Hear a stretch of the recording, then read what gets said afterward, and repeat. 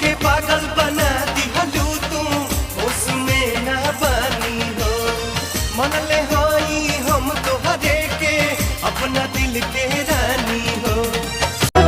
कुछ न कहबू हो हम एकरा आगे, कुछ न कहबू हो।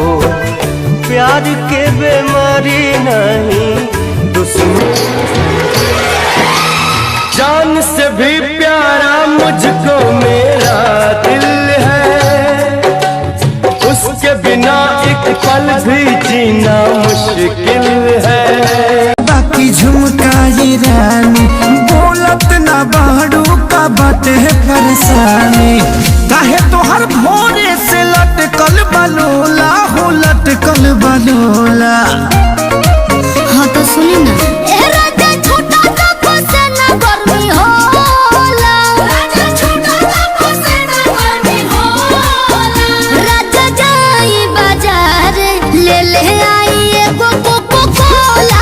पगला मिलके रोवेला बिछड़ के केतना रोही रे, जे पागली मिलके